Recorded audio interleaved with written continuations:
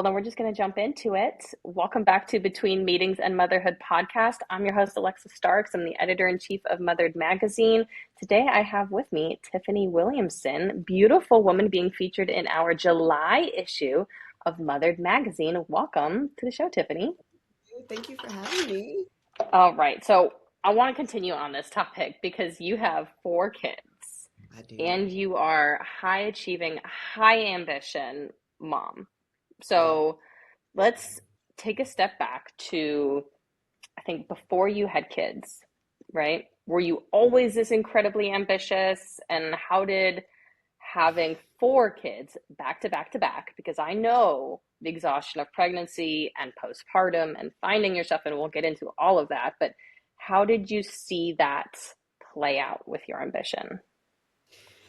So honestly, when I started having kids, because prior to having kids, very ambitious, always have spent my life as a type A planner. This is what I want for my life. These are my goals. And then I was going after them. And then I became a mom. And I realized I would have to take a little bit of a back seat. And that was a different way for me to be because my ambition Mm-hmm. was still there, but also I wanted to now succeed as being a mom. So the pressure of motherhood, the emotional weight of motherhood, and trying to balance that with my ambition, there was a struggle at first. It took me a minute to figure out how does this look? How do I get back to myself while also being the best mom that I could be? And I also have a partner. So I'm like, well, how do I also be a wife as Right. well and do these things? So it was like in a second, I birthed my beautiful baby boy. And then Mm-hmm. all of a sudden, I had all this extra responsibility that I didn't know what to do with. Yeah, that's really that's very real, and I think we don't talk enough about that because we could talk about ambition, all the time, but there is that setback, right? Or at least a very temporary readjustment Hmm. with that early postpartum phase. So let's take a step back for a second. You're a mental health therapist, right? Hmm. You speak on global stages. You also do research. So why is that important right now? Did you see any shift in drive of excitement in working in this field once you became a mom, or were you always very passionate about this field? So it kind of aligned. And when I was in schools around the same time I had my first child. And that was also when I realized there was so much about this motherhood journey that was not in the books. And as Hmm. someone that reads everything, I was looking up everything heading into having my first child. And then to realize there was a whole part of it that I had no awareness of. I Hmm. knew once I became a therapist, that was my area. I wanted to be able to help other moms kind of know what they were really going to encounter and also know there's an other side to it. There is a light at the end of the tunnel that looks like being able to kind of manage all of this successfully. And I wanted to be for other moms what I needed Mm. at that.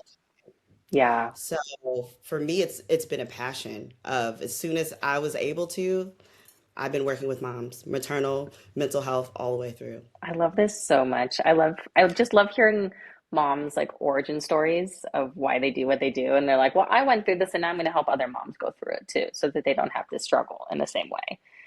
Yeah. Okay. You touched on something really important about how there's so much of motherhood that we aren't prepared for and that the books don't really cover.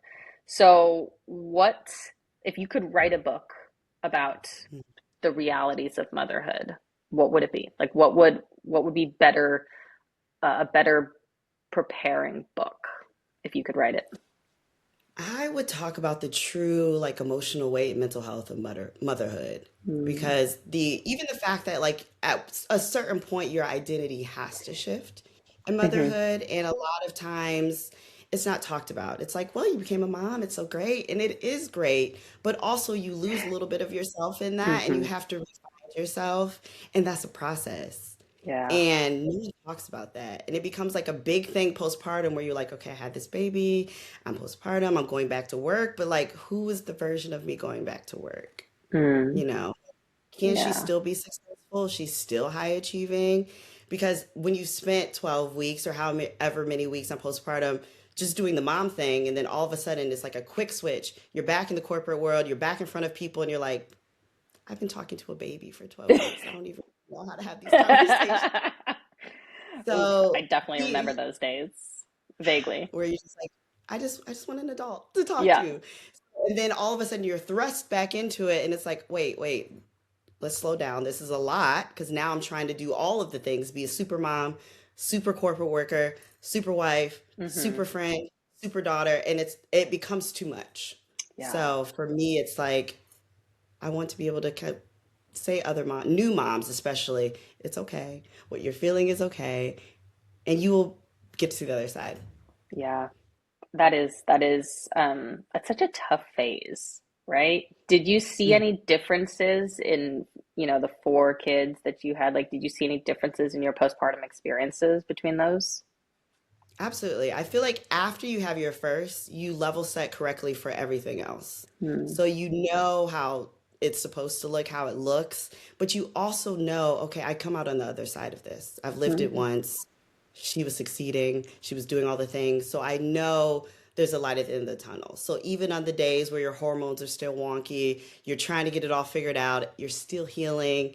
It's like, okay, but this is temporary. Hmm. Whereas the first time around, you're like, is this ever going to get better? Does it get better? How do Yeah. I get back to myself? Whereas baby number four, I was like, oh, in about 10 weeks, I'll be fine. It's fine. It's cool. I love that confidence building. I feel like that is really what it is. Like you just get better at it. You've done it before. You've realized you survived the first time and you kind of have some tools in your tool belt about like, okay, here's how I dealt with sleep regressions with my first. Here's how we dealt with teething with my first. Um, and it's interesting because you also had kids back to back, and I felt like maybe you'll resonate with this. With my first, nothing prepared me for the sleep deprivation. Like there's nothing, no amount of like all-nighters in college that can Mm-mm. compare to the exhaustion, the sleep deprivation that was with Yes. my first. Like I was Yeah. hallucinating that I would drop my son in the bed after breastfeeding him and like crush him, and I'd wake up panicked, freaking out. And after breastfeeding, and I had put him back in the bassinet and Yes. I had just fallen back asleep, but it was like this panic and I was so exhausted. But with my second, because we had kids back to back, so I got pregnant Mm. 6 months postpartum after Oh, my wow. first. And we in I had pregnancy insomnia. And so those last few months, I really was not sleeping. So I feel like my body was already sleep Yeah. deprived. And we were, so Mm-hmm. that with her, I felt like the sleep deprivation didn't hit as hard because my body was like, Mm. we've been functioning on exhaustion already. It's not that hard of a hit, like going from sleeping Yeah. 9 hours to now, like, interrupted. So I feel like, what was your experience with that? Very similar to where, I mean, there's pregnancy tired, which is very much a real thing, but Yeah. then postpartum tired, because you're trying to heal. Hmm. You're also trying to keep a baby alive. You're also like, okay, but is it okay if they sleep 2 or 3 hours? But also, Yeah. I need like, especially if like you're not a morning person already. So like, Hmm. I'm someone that was a night person. I was like, okay, I got this. I can be up. It's totally fine. No, because like I also needed to function during the daytime hours Yeah. as well, and that was really hard. But I, like you said, I did find subsequent pregnancies and postpartums, it was a little bit easier. Like I Hmm. knew what to expect, and also I'd set my expectations accordingly Mm. and kind of set up the sleeping spaces in a way where I could get a little bit more sleep. Because I know for me to be successful, I need a little bit more than 2 hours every couple Just hours. a little bit, just a little bit, just a I little bit can't. more. Yeah. Now, did you take maternity leave? I did. I did. I've How, taken every maternity leave I could. and how long did you take for yours? So my first one, I believe, was straight 12 weeks. Uh-huh. My second one was about 4 months. Oh, And nice. then third and fourth was about 13, 14 weeks. Okay. Okay. And then how was your, like, because I kept waiting for postpartum depression to hit because that's the only Mm, one I had heard of. I'd only heard of postpartum depression. And my mom had it. And so I was just like, yeah, I'll probably get it. So I had, mhm, done the research. I told my husband, look out for these symptoms and these symptoms. If I can't recognize it myself, like I need you to help. And, but I'd never heard of postpartum anxiety or rage. And mm, that's what I got with mm, my second. And because I had my first and so back to back, I went straight from like breastfeeding to pregnant again, so I didn't really have time for anything. But with my second, yeah, I sat there for months crazy anxious and rageful and had no idea what was going on for months until I was just like up Googling late at night and I was like, oh my God, there's something called postpartum anxiety? Wild. Like, Yeah. so talk to me about your experience as a mental health therapist. How did you prepare? Mhm. And was anything kind of surprising to you about this? So I know, like I said, with my first baby, I was still kind of going through the schooling of it all. So again, postpartum depression is the one they always tell you about. Hmm. So of course, same, similar to you, kind of put my village on alert, like, okay, this is what to look out for. I may not recognize it. So if you recognize it, say something. And not recognizing, okay, but our hormones are still going to shift those first couple of weeks. Hmm. So you may have baby blues, and that's Right. going to feel very similar to postpartum depression, but the difference is now the duration. Hmm. Baby blues is not it's not as long as what we would call Hmm. postpartum depression. So I initially, with my very first, the hormones are dropping. I'm trying to breastfeed. I'm struggling with that, and I'm feeling guilty because I'm, not able to breastfeed, and I'm crying a lot more. And I'm like, okay, do I have postpartum depression? Like, is this what it looks like? But was still functioning, going about my life, going about my days. And it was really me talking to other people in the field, like, hey, this is what I'm going through. And they're like, well, that sounds more like baby blues, but Hmm. these are the things to watch for. So after having that first experience, it was something that I now tell, especially all my new moms, what to look out for and how it may feel. And especially in those first couple of weeks. If you're crying a lot, that's not necessarily a bad thing. Hmm. It happens. There's a lot going on. Yeah. Um, but what it looks like for postpartum depression, even when it comes to, like you said, preparing their villages, this is what you really look out for. And what I found to be most interesting, it's the husbands or the support partners that are like, something is off. Hmm. They'll just, and it won't be that she's crying a lot or like, it's just something is off. Hmm. And honestly, for me, I'm like, okay, we're here. Something is going on, and it doesn't have to be postpartum depression. All It right. could be postpartum OCD, Hmm. postpartum anxiety, rage, like you mentioned. And it's unfortunate because a lot of media, we only talk about the depression piece. Hmm. And the anxiety is very real, the Hmm. rage, the OCD, like it could be any of these things. So usually I'm telling if your partner just seems off, not like themselves, irrespective of the fact we just had this big life transition Right. happen. Like something is off, that's when you need to say something because it could Mm. be any of those or a mix. Yeah. Um, everyone's different, things present differently, but there's help for all of it. But I agree with you. It's shocking when you think it could only be depression and it could be something else. Yeah. Why do you think the media doesn't portray other postpartum mental illnesses as much as postpartum depression? Why is that? I'm not sure. I mean, I know there's been a lot more people willing to talk about the fact that they've had postpartum depression, even Mm. celebrities. So, like, it's become more of I don't want to say a buzzword, but more of a popular term. Hmm. So, it's kind of the thing that I find a lot of people kind of hinge on. Like, okay, Mm. postpartum, this is what I'm watching out for. So then I'm always jumping in, okay, but it could also look like anxiety. It could look like rage. It could look like a few things. It could look like OCD, where you're Yeah. trying to do everything so perfect that you can't even sleep because you're Hmm. constantly ruminating on everything. So it's just kind of getting it out there, having those conversations. Because once you kind of tell a new mom, it could be a couple things. So now everybody's thinking a little bit more wholly instead of just solely Mm. depression. Yeah. I think that is so important. Training, educating, training your partner or, your support system in Yeah. postpartum and what that means to support the new mom rather than just showing up and saying, like, yeah, I'll rock the baby, but like, okay, how can I buy groceries for you? Let me cook for you. Let me clean for you. Let me look out for these symptoms for you. Let me let you sleep. Go shower. Like, that's so Yeah. important. And, um, it's something I wish everyone had. Truly, it makes such a big difference. And it's something that a lot of people don't know how to ask for because if you're a Mm. type A high achieving mom heading into now Yeah, pregnancy, asking for help is not part of your usual go-to. yeah. So now you have this baby. You do need the help, but now you even struggle with just saying, "Hey, I need you to help me, but I don't need you to hold the baby. I need you to like do laundry or bring me Mm. food or just like hold the baby so I can go shower." Yeah. And it's hard to ask for help even in those moments when you really, really need it. Hmm. So it's something, again, I'm always telling new moms, let's practice this before you had the baby. What do Mm. you need?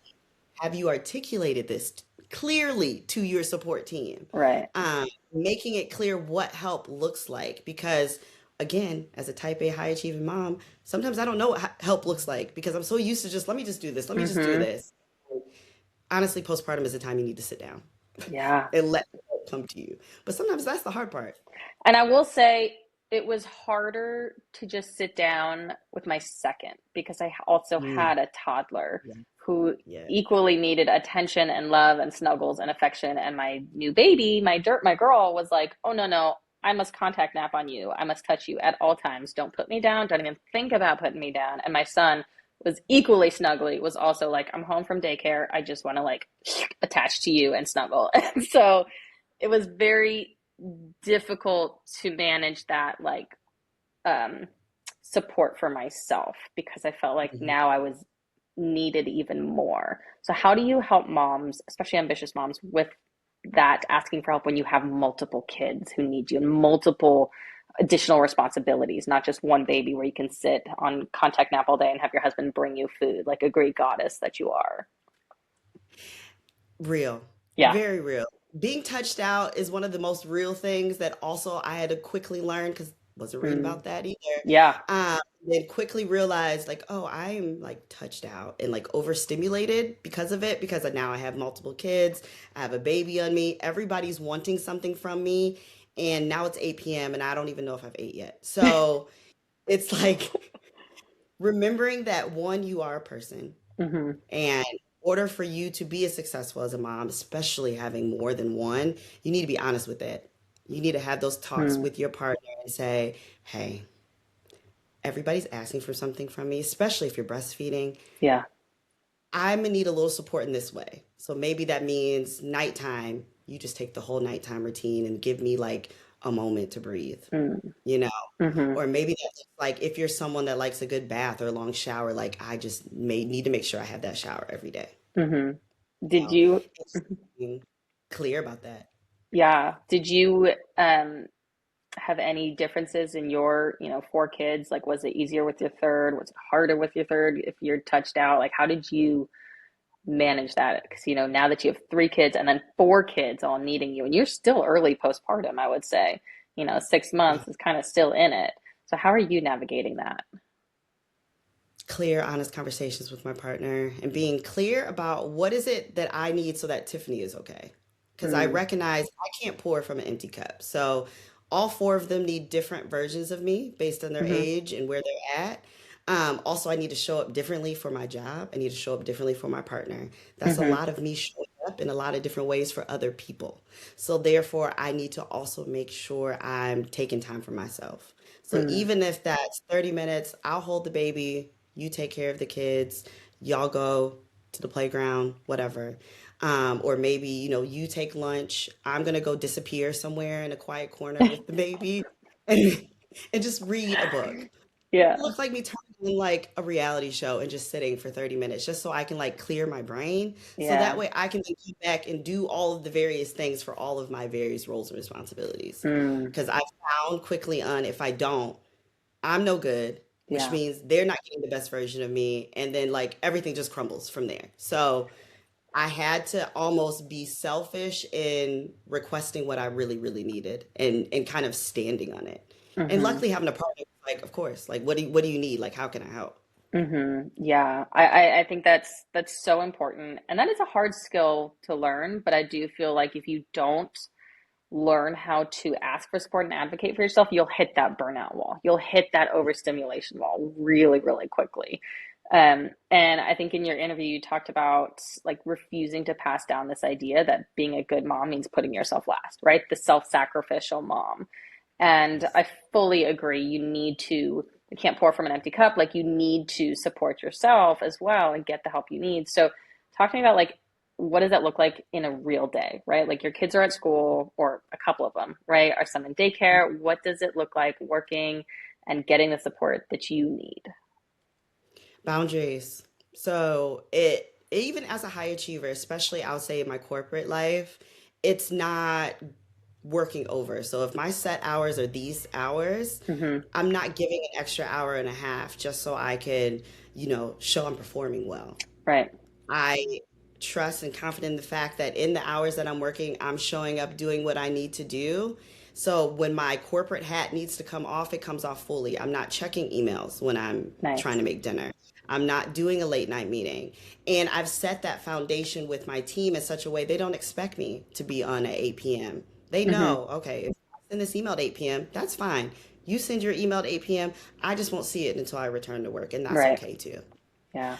So being clear with boundaries, but also when I'm in my mom hat, being in my mom hat, but I find routines. So the kids also know kind of how their Yeah. evenings are going to go. We know, okay, by around 8 o'clock, I should be about to get some of my me time back. Hmm. So kind of knowing I have that time coming allows me to be full in. Let's do the motherhood. Let's get it, do the evening, the dinner, the homework, all the things. Yeah. They did. And then I make sure I'm taking some time for me, whether it's like reading a book, like I said, a good reality show, a Netflix, something to just allow me to just like chill. Yeah. And then I can show up for all the other areas of my life. But boundaries have been huge for me. Also being okay with saying no to things. Ooh, If like it's going what? to disrupt kids' schedule, if it's going to disrupt our routine, and I know as a result it's going to disrupt then my day because Hmm. now I have cranky kids because they're not taking their naps and all of the things. Yeah. So the power of saying no and just sticking with it. So not providing a whole bunch of supporting evidence with my no either. Because I feel like a lot of Ooh. times we say no and it's like because well they got nap time and then it then Yeah. messes up this and like you feel like you have to give like all these reasonings. And Uh-huh. I've learned to just say no, I'm not, and then that's it. Mm. Period. That's something I can't remember where. Oh no, I think I was on a talking with someone on a podcast yesterday about that, about what something women need to stop apologizing for. And I was like, you're just apologizing Yeah. for anything at all that you're Literally. doing in your best interest for something that suits you, that's right for you, that benefits you or your family or your kids. You don't need to give excuses with your apology of like, I'm sorry because of this. I'm sorry I can't do that because of XYZ. And I feel like that's just perfect with that too. Of like, I just saying no because no, it doesn't fit. Like, I don't need to give 1,000 reasons why. It's just no. Mm-mm. Yeah, literally, and letting that stand. So, kind of carrying that level of confidence into the workplace, but also in being a mom, all of our different plans and calendars, especially like my Hmm. sons are getting older, so it's sports and all the other Yeah. stuff, on top of having a newborn. So, it's being really clear about your no's and being firm and but being confident in them, which I find for a lot of moms, it's easier to say no, but it's like, no, but like maybe. Maybe I'll figure it out for you. Maybe I'll work Yeah. it in. Knowing in the back of your mind, if you disrupt this nap time, then the whole night's shot for everybody. And I think that's part of the conditioning that we've been conditioned as young girls and women to sort of soften the blow whenever we say no, right? It's not necessarily no, it's no, I'll figure it out. Maybe we can make it work. Yeah. I don't know, I'll get back to you. And then hope you just like ghost them and they forget about it secretly, right?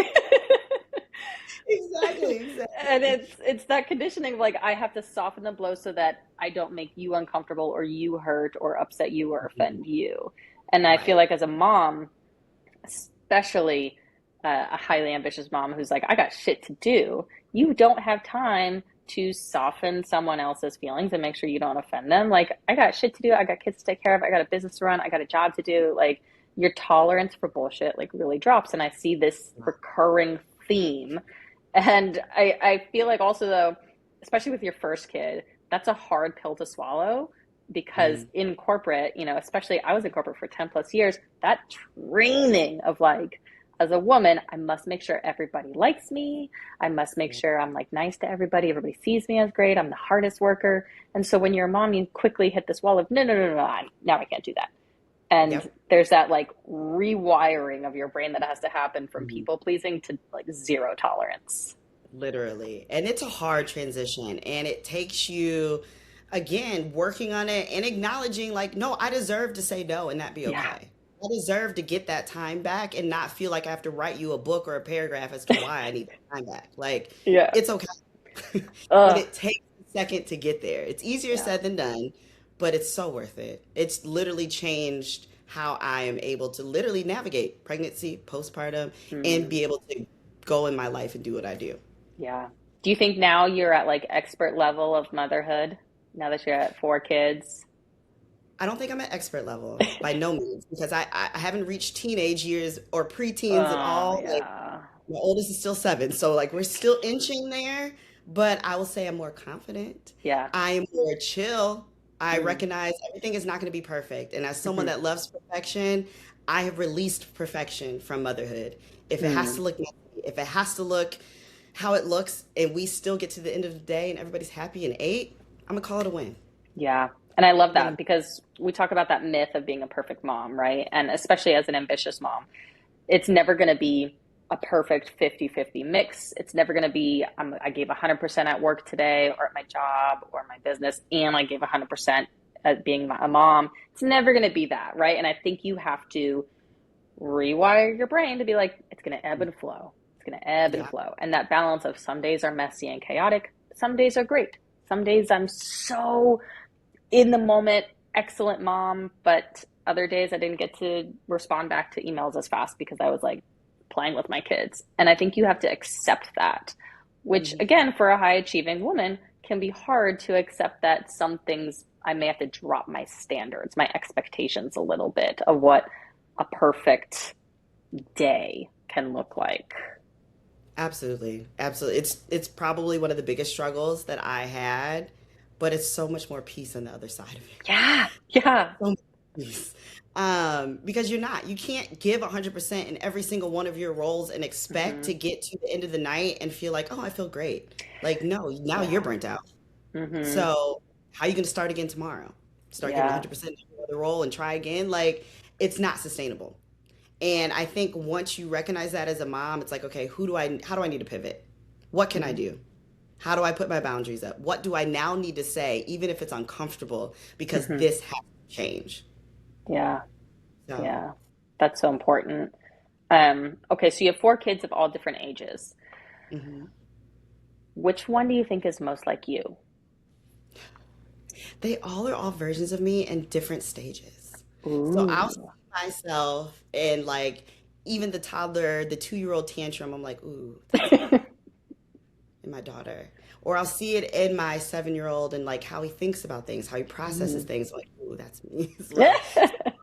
Got it in like different stages where I'm Uh-huh. like, no, they're definitely my kids. They may all look like my husband, but they are definitely my kids. Oh. Oh, see, that's interesting. My son looks more like my husband, but my daughter, I think, looks more like me. But she definitely like she'll have the same. They both have. They're 3 and 2, so they both have pretty good like tantrums and meltdowns. But my daughter will have just like super emotional days where she's just more emotional. And it was like the other day on Sunday, she was just like very emotional. She'd cry randomly and was just like, that she couldn't pull out the chair fast enough to sit in. So she melted down. And I was like, ooh, girl, I get you. I just got off my period too. I was emotional. I get it. It's hard to have these big emotions in this little body. And I was like, I Yeah. feel like having that empathy makes me such a better mom because I'm just like, okay, it's okay. Come here. We'll cry it out. We'll have a good hug and snuggle about it. And it's okay. Like, do you see that evolution in your kids as now they're kind of getting out of that toddler phase? And Absolutely. Absolutely. I mean, there's still tantrums, but it's different. A 7-year-old's mm, tantrums are like way different than my 2-year-old. But yes, and I find because of my patience mhm. and a lot of people, a lot of my friends are like, you're really chill with parenting. I'm like, well, I have 4 kids. Everything can't be an emergency. But I find if I take a step back and I'm not overstimulated and I've put some hmm boundaries in place, I can handle a tantrum way better than when I worked a full day. Everything was an emergency. hmm I'm overstimulated. Now I'm trying to cook dinner. Like it's harder. Yeah. So I found I want to show up as the best version of a mom I could be. That means I'm gonna have to do the hard stuff, which is put some boundaries in hmm place. I can handle the tantrum. I can handle, your favorite show going on commercial for like 15 seconds and ruining your day. It's fine. It's cool. Do you feel your patience increased with baby number 4 versus like 1 or 2? Absolutely. Absolutely. I feel like number one, I was out of my mind. I was Mm. stressing and anxious about everything, Googling everything. Is this normal? Yeah. And number four, I'm like, it's fine. It's okay. You can eat, you can try. Let's try this food. Like That's I'm way so funny. chiller Yeah. by four. Whereas one, like everything was Googled, everything was like, am I doing this right? Mm, I now know I can raise a kid. I can make yeah. sure you stay alive. So there's no reason to freak out about the small stuff, is my feeling. So Yeah. yeah. This is interesting because so I feel like that with my second, I'm just like, oh yeah, she's got a scratch on her knee, a scrape, she'll be fine. My husband, on the other hand, is like, I don't know, maybe it's a girl thing, maybe it's having a daughter thing, but he's like helicopter parent. Like he's just like, no, must protect. Like he's like, there's a scratch on her knee, Neosport and Band-Aid. And so now she'll be like, I've always, just because she wants Band-Aids Mhm. and, like affection. And so she'll be like, there's something on my knee. I need Neosport. And I'm like, you're fine. There's nothing there. It's actually a scar from a scratch you had, a couple months ago. So it's actually all better. Yeah. And it's just so funny that difference of I'm like, no, you're fine. Like, okay, you fell off the couch, but you're okay. Like, it's just a little head bump. Whereas my husband, he's like, no, no, no, I must come here. Like, I must, like, and it's an emergency. Oh my God, she fell off the couch. Like, what's her? And I'm just like, so do you see that difference in the parenting between you and your husband? It does. He's different with our boys than with our girl, for sure. Mm, I feel like it's like the daughter, uh-huh. thing of it all. He's definitely different with her. And with the boys, he's a little bit more, they could be a little bit more rough and tumble. And I'm like, wait a Uh-huh. minute, you guys are scaring me. Whereas with the girl, yes, no scrapes, no bumps. Mm, Like anything is drama. But, you know, after yeah. seeing him with the boys, I Mm, like seeing the difference with the girl. I'm like, okay, he's yeah. cute. It's But cute. Yeah, but my girl she likes to do anything my son is doing. Jump off the oh, couch, she's gonna try it too. oh So yeah. it's if he wants to wrestle with my husband, they're having like a daddy Oh son wrestling moment. She's like, boom, I'm gonna get in on it. Like I'm gonna jump and lunge on you too. absolutely, absolutely. My daughter's the same way, and I'm like, wait, Yeah. we don't do that. But no, whatever her brothers are doing, she's right there. It's like it's a little train Hmm. of them. Yeah, First with the oldest, and it just kind of keeps going. I love So, it. Okay, wait, one more question about parenting for kids, and logistics. What kind of car do you guys have that fits four kids? so I'm a big SUV mom, and I love my Okay. SUV. But my husband was like, when I got pregnant with my fourth, he was like, we really need a minivan, and I was like, I can't be in a minivan. Yeah. Like I can't. I'm a single mom. Like we can't do a minivan. He's like, I really think we're gonna get a minivan. We got the minivan. No, I love it. really? Am I as cool driving in it? By no means. No, no. Hmm. So I still have SUV on the days where I like want to be a cool mom and I'm not carting Uh-huh. all my. But the van has changed my life. So Why? How? it's the sliding doors. It's the sliding doors, the space, Mm, like everyone can get in, the doors, you don't have to worry about it. Like everyone has their spaces.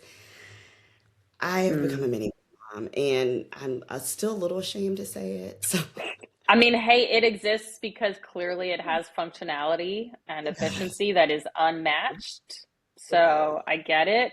It's tough because, here in the Netherlands, people drive small cars. And I've Mhm. also noticed that most people don't have more than two kids. Because we were thinking about that of like, well, what do we do if we have a third? We have two car seats, one on each side right now, and there isn't enough room for a third in the middle. We would have to get a bigger car with a third row, but then we run into issues of like, okay, well, we're barely going to be able to park it if we ever go into Amsterdam. Mhm. And it's tight street parking sometimes, so spots are going to be small, and so we run Mhm. into that. And it's very uncommon to have an SUV or even a minivan. Mhm. I don't know that Yeah. I've seen a minivan. And so I was thinking about that, like the logistics of a third baby and where to put them and how to deal with that. So real. I mean, third row for sure, but no, very Yeah. real, especially with the constraints that you have. Hmm. Because you would need the extra space, or you're waiting until one of your oldest is like old enough that they're in like a smaller booster. Yeah. But then that's the whole timing issue. Mm. So, Yeah. Yeah. Anyways, talk to me about what you hope your kids see in you, as you're building and growing your work and your business and your ambition. What do you hope that they really take away and see? I hope they take away that going after your dreams is possible. Doing all the things and still having a modicum of success in each one of them is possible. But also, I want them to recognize putting themselves first still has to be Hmm. necessary. That can't be lost in it because otherwise you may get all these things, but then you'll be burnt out. So you can't even enjoy the fact that you got the promotion and your dad or your mom and you're doing all these things. So I hope they see success, ambition, and all of that living together in someone that also chose herself Yeah. and also chose them too. But like she was also like she was Hmm. losing motherhood. I love that so much. Okay, can I rapid fire question you? Yes. Okay. What's something you wish someone said to you that you now say to your clients? It's gonna be okay. It's all really gonna be okay, and you will find yourself again. Mm. What's one of the challenges that you still face as a high achieving, ambitious mom? Delegating and asking for help. Mm. What What do you think needs to change in society to better support working moms or moms? Recognizing the win that mothers are, like recognizing that they are truly a step up. They're an up level. Like all of Oh, my girls yes. have gotten so much better as being a mom. Like I can do so many things successfully and Mm-hmm. have a track record to prove it while still having babies asking for Yep. snacks and can you turn on aerial? And I'm still doing all the things. So I need the corporate community to also recognize Mm-hmm. when you have a mom, you have a powerhouse. Oh, yeah. Instead of seeing it as you have a mom and now she's gonna be taking off and now she's not gonna Mm-hmm. produce as much. When in reality, that's not happening. I'm producing and still taking care of a sick baby. I'm producing Mm-hmm. and still, like it's not a and or, it's like I'm doing this major thing over here Yep. and also doing the major thing over there, and both are being done well. Yes. I feel like I've just done a few posts on LinkedIn about that. Like it's not yes or it's not yes, but it's yes and. I do all of And this and I'm also a mhm, mom. Um, yeah. we just put out in June, on June 1st, the maternal strengths report, which Mhm. quantified how motherhood impacted your leadership skills. So this is so on point. What do you think, which leadership skill do you think has been increased the most in you since becoming a mom? Time management. I am Mm, really good with parsing out future time management, current time management. I'm gonna get it done. And I'm gonna get it done well, but I'm gonna make sure it gets done and it's not like a task that I may have taken a couple hours to do prior to having kids. hmm. I can knock it out in 30 minutes because now I need that extra 30 minutes to go to the bathroom, make sure the kid goes to the bathroom, do like, I'm Yeah. planning it. So my time management skills are out of this world. Ooh, I love it. Okay, wave a magic wand. What does the world look like if you could make it better? If you could do The like something world to is improve it, what like does it look like? a lot of women and mom leaders leading companies and changing the narrative of family support, motherhood support, and then ultimately what the economy looks like when you have us leading, us Mm, powerhouses truly in charge. I think we'll hmm. be. I love it. Okay, talk to me about your goals. Where do you want to go? What do you want to see happen? What do you want to do in the next few months, couple years? What's the impact you want to have? Where do you want to go? Impact, continue to work in this maternal mental health space and grow it. So continue to speak loudly, boldly about it. I want moms, especially new moms going into their first pregnancy and postpartum to know, hey, I have a soft space to land, but here's all the wonderful things that comes out of pregnancy postpartum. It's not just the scary stories, it's not the scary labor and delivery and the postpartum depression. Here's all these other amazing things you get from it, Hmm. including up leveling of all of you, every single one of your skills, Yes. or even just being more confident in yourself or Hmm. the authority. I feel like a lot of times you lose your authority at some point in the whole pregnancy postpartum process, Hmm. and the version of you that you find after, she is way stronger and confident than you Yep. could have even imagined heading into this. So speaking about that loudly, boldly across many stages, books, any forum, so that way a new mom can say, okay, I'm about to have a baby. I read all the books and all the logistics of what it looks like, but here's the other stuff that they're talking about. Yeah. I'm gonna refigure out my identity and not make it such a negative thing. Make it like, Hmm. it's a natural part of this process, and it's gonna look really great. That version of you that comes out of this, watch out for her. Oh yeah. Oh God, I love it. So good. Okay, last question. Um, what's your favorite part about being a mom? The funny things my kids say, like I never can expect it. I feel like I'm laughing all the time, or me and my husband are like trying not to laugh, and then we'll Uh-huh. like look at each other and like be cracking up in the background because like kids are just they're the most raw, unfiltered, pure selves, and Yep. they just say whatever, and sometimes it is really funny. It is. So that they keep me laughing. Like even on the hard days, your kids will do something where you'll just be like, I should be like trying to tell you not to do this thing, but like I Mm-hmm. also really laugh a lot. So Oh my trying to God. manage that, but that's the fun part, I would say, especially with having four. They're Yeah. all getting into something. They all have really cool personalities. So seeing those personalities come out, Hmm. even if sometimes they're a little bit reminiscent of my own personality, and I'm like, a little scared for that. Yeah. But just seeing them become themselves in their raw and filtered way, I love that. Yeah. Do you kids swear? Have they picked up anything from you guys? They'll like sneak it in sometimes. I'm like, wait, what'd you say? And they're like, oh, I didn't. And I'm like, Where'd you pick that up? So yeah, we're trying to work on that. Mm, that's funny. I think both my kids picked up. I'll every now and then I'll say like, "Oh, fucking shit," and both my kids have picked it up and say like, "Fucking shit, fucking shit, fucking shit, fucking," and it's like so funny. But you can't laugh. You have to be like, wait. No, yeah, But like secretly, you're like, what? yeah. You have to play it off like so that they don't think that's a thing that they should repeat, Keep and it's saying so exactly, exactly, funny. And then both my exactly. kids will say like, or no, mostly my son. He'll be like, "Oh my God, oh my God." But he'll say it to my daughter every now and then. Like if she does something, he'll be like, "Oh my God, Evie, oh my God," and it's so funny. So Yeah. Okay. Well, Tiffany, thank you so much. Where can we find more about you and your work you're doing? absolutely. So everyone can go to my website, tiffanywco.com. That's where you'll find all of my speaking, resources, coaching offerings. You can find me on social media. I'm on LinkedIn under Tiffany Williamson. I'm also on Instagram as well under my company, Transformative Destiny.